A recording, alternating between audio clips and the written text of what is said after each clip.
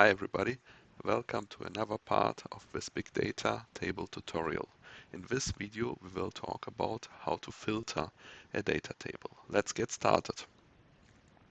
The easiest way to filter an existing data table is just to specify the row number which you would like to see as your result. Here in this example, I just want to see the first row, and this is what I do. I write the name of the data table, which is DT adult in this case, and I just say, please give me row number 1 by specifying it in these brackets, and this is exactly the result which I get. In order to get multiple lines, I have to provide with rows as normal R vector. In this case, I just say, please give me rows 1, 2, 3, 4, and 5. And of course, in order not to have to write all these numbers separately, I just use this short notation 1 to 5, and I receive the first 5 rows as a result. If there is no easy way to specify the row numbers, I can just provide a normal vector. In this case, for instance, I would like to see row number 1, row number 3, and row number 7. So I specify them as a vector and also put them inside these brackets. And if I execute this line, I would be able to see row 1, row 3, and row 7. If you just compare that notation to your normal data frame syntax, it's pretty easy. Apart from the fact that when you deal with data frames, you have to specify the rows before the comma. In case of data tables, you don't do it.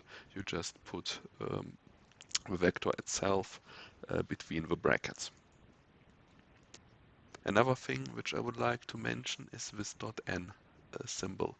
It becomes very useful when you want to output the last row, because normally you don't know how many rows you have in a data table. For instance, if you receive this data table out of a database and the content of this database changes all the time, and you say, okay, please give me the last row because of a certain reason. And of course, normally you could do some calculation before, kind of identify the number of rows, store this number in a vector, and then make use of this value.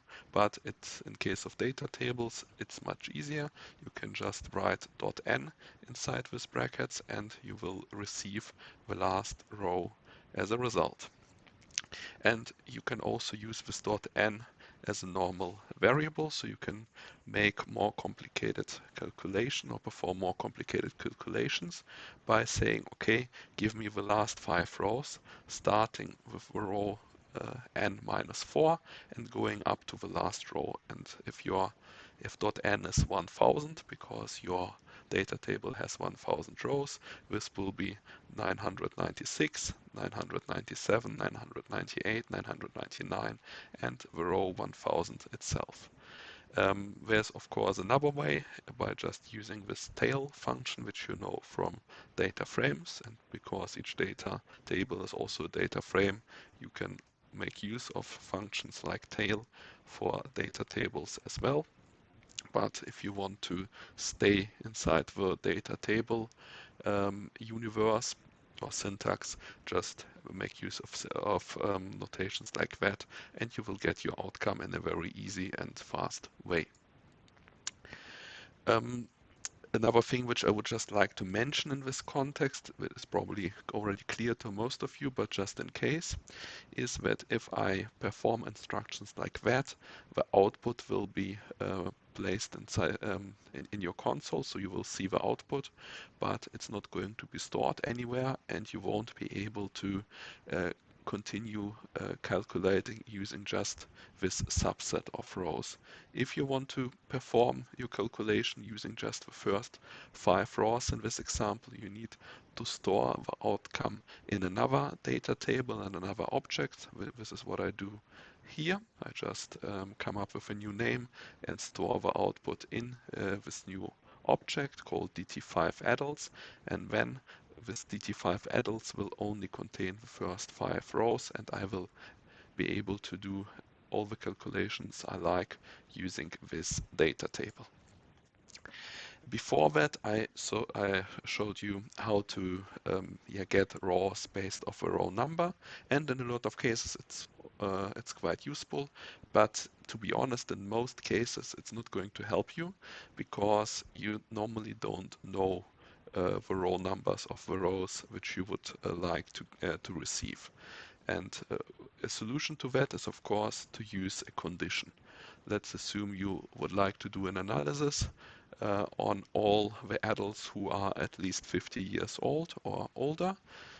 You would specify this condition, in your normal, in the way you do it in R.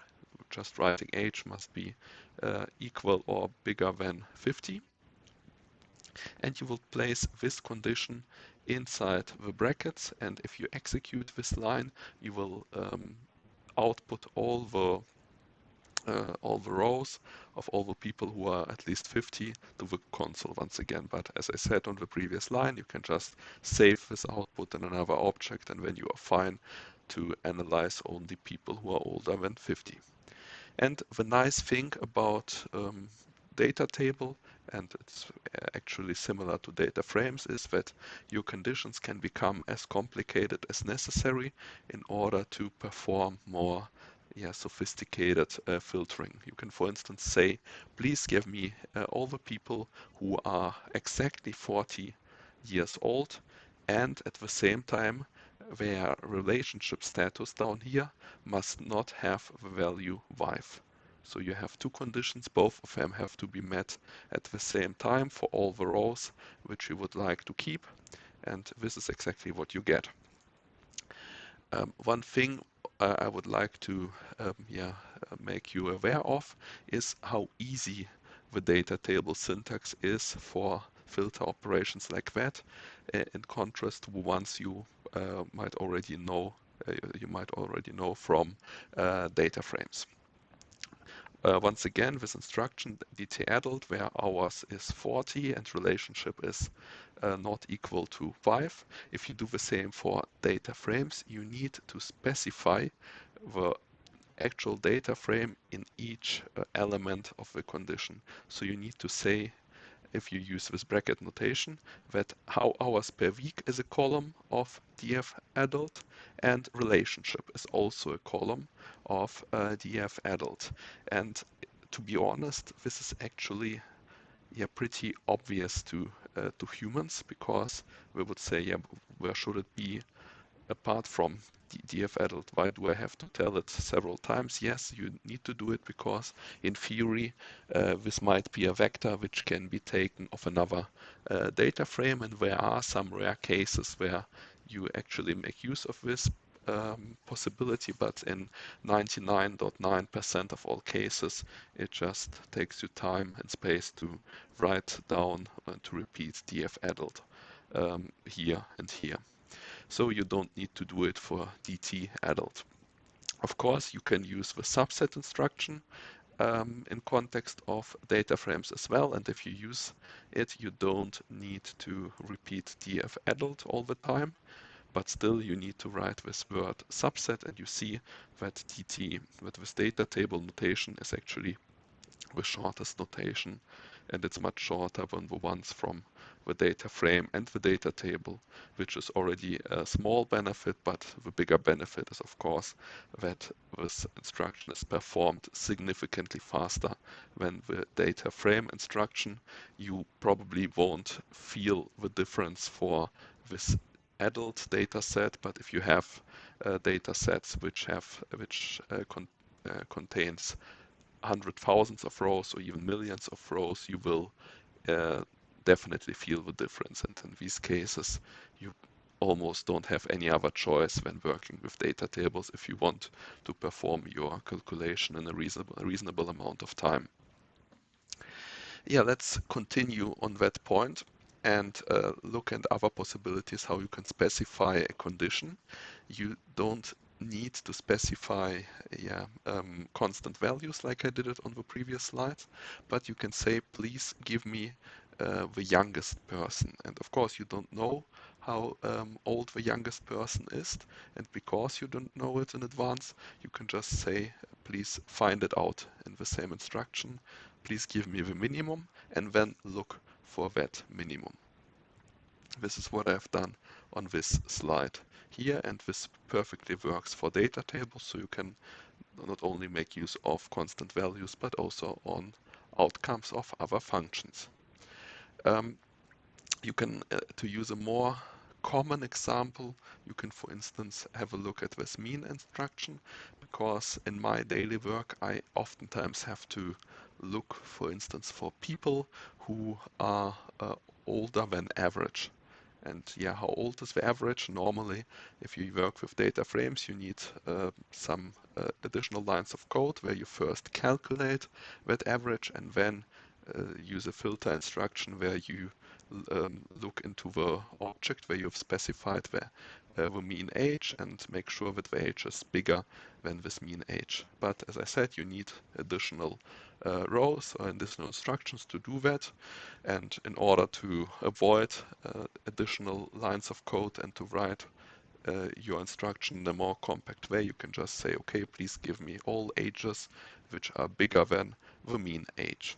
And this is exactly what you will receive if you perform this instruction. Once again, you use a function inside this condition. You can even do more sophisticated filtering. You can say, please give me all the adults of people who are older than the average person with a bachelor degree. So give me all people who have a bachelor degree, determine their average age, and then give me all the people who are older than this average age. It's of course an quite often, yeah, artificial example right here, but it just shows you the power of this filtering operations. On next slide, I will show you in detail how it works. So as I said, please first determine all the people having a bachelor degree. In this example, these are these two people who are marked in green. Both of them have a bachelor degree.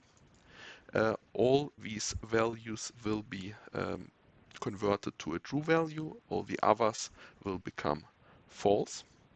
And here, because you use a normal vector operation, you will just receive all the ages where you have come up to where you have determined that this value is true, that it's indeed a person with a bachelor degree, and only these age values will be returned. All the other values will be false and they won't be returned. So you will receive a subset of all the age values, namely only the values of the people with the bachelor degrees. Let's say if you have 1000 values in total, you might only receive 100 of them, and you will calculate the mean of these 100 values, and after that compare all your 1000 age values with this average age value. And this is how this instruction works. So it's just an example of how complicated and how detailed such an filter operation can be. And another thing which I would like to point at is that I can just make use of these columns down here as if they are normal vectors. So you can just imagine that there's a vector called age, there's another vector called education, which contains exactly these and these values, and you could do the same calculation with these vectors, but you can also treat the columns as normal vectors.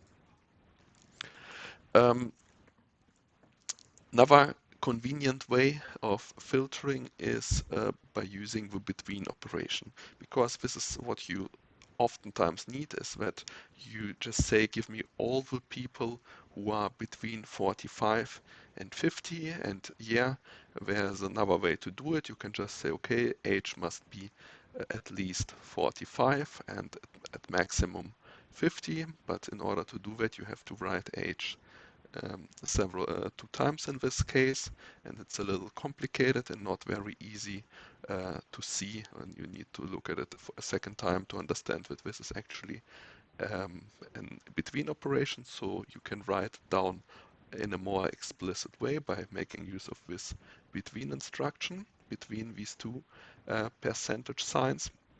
The only thing which you need to know is that 45 and 50 itself are also values which are okay. You can see it right here that you not only receive people who are at, for instance, 49, which of course is obvious and makes sense, but you also receive people who are 45 and 50 as well.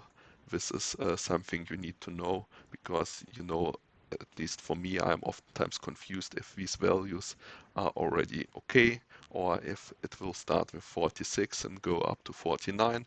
No, it's the first case, 45, 46, 47, 48, 49, and 50 are all age values, which are fine as a result.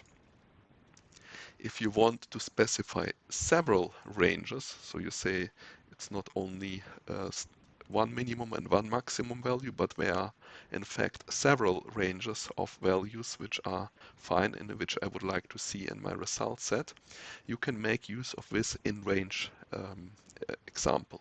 So here you first specify a data table of ranges. Each row is actually a range which specify values which are okay. Let's look at that example. So here you see you have a data table, it's DT range. I just create a normal data table where start contains this row and end, column, and end contains this column, and you see that 20 to 22 defines a range of values which I'm looking for, and 81 to 83 is also another range of values which is fine for me. And after that I say please make sure that age is inside at least one of these ranges. I write it down using this in range instruction here, similar to the between instruction, but in case of between, I specified a vector, and here I provide a data table of ranges. And after that, I receive a data table where you see that I have some people who the age of who falls into the first range, and here you see some people with ages of the second range. You can do the same thing, for instance, for data frames as well, but here it's much more complicated and the instruction is much longer. You can of course specify several ranges right here. This is the first one and this is the second one, and use the OR this OR syntax in order to specify several ranges, but I think this possibility down here is much easier, and of course you can derive DT range of some other code and make this code even more flexible, which is not possible down here. Another thing which shows you the flexibility of data tables is that you don't need to hard code the column you are looking at, because if you look at an instruction like that, you of course hard code both the column, which is work class, and you hard code the value you are looking at. And both of them, both the column and both the value you are looking at, or the values, can actually also be provided in a dynamic way. I will show it to you down here. I created a function which shows you this flexibility by receiving both the actual column and the value as parameters. You execute the function like that. You say the column I would like to look at is work class. So I specify the column name as a character vector. If I said, no, it's not work class, it's rather relationship, I could write relationship down here. And the following function would look inside a relationship. And here's the value, state_gov, which I would like to receive as an output. So I use these two values as parameters. They find their way into the function. And by using this get instruction, oh sorry, by using this get instruction of dt adult, I say that, yeah, the value of this character vector is actually the column name. And here it will make sure that data table looks inside the work class column. And the value does not need to be put in such a get instruction. You can just write it down here directly, and this will make sure that, yeah, please look into the column which is specified down here and look for a value which you will find in var value, and look what the outcome is and just return it to the user. And this is what will happen. So once again, both the column and also the values which you are looking at can be specified in a dynamic way. Another special case which you need to keep in mind when you work with filtering and context of data tables is when you're looking for true or false values inside logical columns. In case of data frames, it's a little easier. Let's go back to our DF data data set, which contains 3 kids. And if you want to see, to extract the girl, you can say subset of df data and female must be equal to true. And this works. And another way to do it is just to write df data and here you just write female, which is a shortcut. And it reads to the same result. You will receive Lucy. Why does that work? Yeah, you have in this, just remember in this data set you had 2 boys and 1 girl. And if you compare female, and so female contains false, false, and true. If you compare false to true, you will receive false. If you compare the second false to true, you will once again receive false. And if you compare true to true, you will receive true. So it's not necessary to write this example, to write female equal to true, because it's just once again a vector of false, false, true became false, false, true. So it stayed the same. So you can just write female inside this round brackets, and this will also just contain false, false, true, which will output just the girl. So you can make use of this shortcut, and this is actually pretty common to write it that way. I saw it a lot in other in code of other people. And if you and just as a side notice, of course, if you would like to see the boys, you can just write this exclamation mark before female down here, and you would only receive the 2 boys and not the girl. If you do the same for a data table and you say, please give me the girls, dt of female, you would receive this error message down here. Because dt table or the data table tries to find a column or a vector outside the data table, which is called female, but such vector normally does not exist, and this is why you will receive this error message. So you need to do it in a different way. And there are actually 3 ways to do it. You can either say female must be equal to true, which is a little longer, but it works, because by writing this, the data table package understands that this is a condition and you are looking for certain rows, and it will evaluate this condition and will return you the rows which fulfill this condition. Another way to do it shorter is to write with round brackets inside these brackets actually, and this will lead to the same result, because by doing it you also tell the data table package that this is actually a condition down here and you need to evaluate it, or you need to do it in a similar way to how you learned it from data frames. You need to repeat the name of data table down here. So you tell the data table package, no, don't look for the female column outside this data table. You need to look at the female column inside this data table, and this will work as well. I actually never use the third syntax. I only use either the first or the second one, but you probably need to know that these three conditions are possible. And a nice way about data table is actually that this error message is already pretty easy to understand. Because it tells you, okay, if you wish to select drawers where the column contains true, which is what you want to do, please use this syntax or this syntax or this syntax, and this stands for exactly these three solutions down here. So by just reading this error message, you already get an idea of what went wrong, and this is really good because I already see other packages where error messages are not that easy to understand, and you need to do quite a lot of Google research or Google search before you understand what went wrong.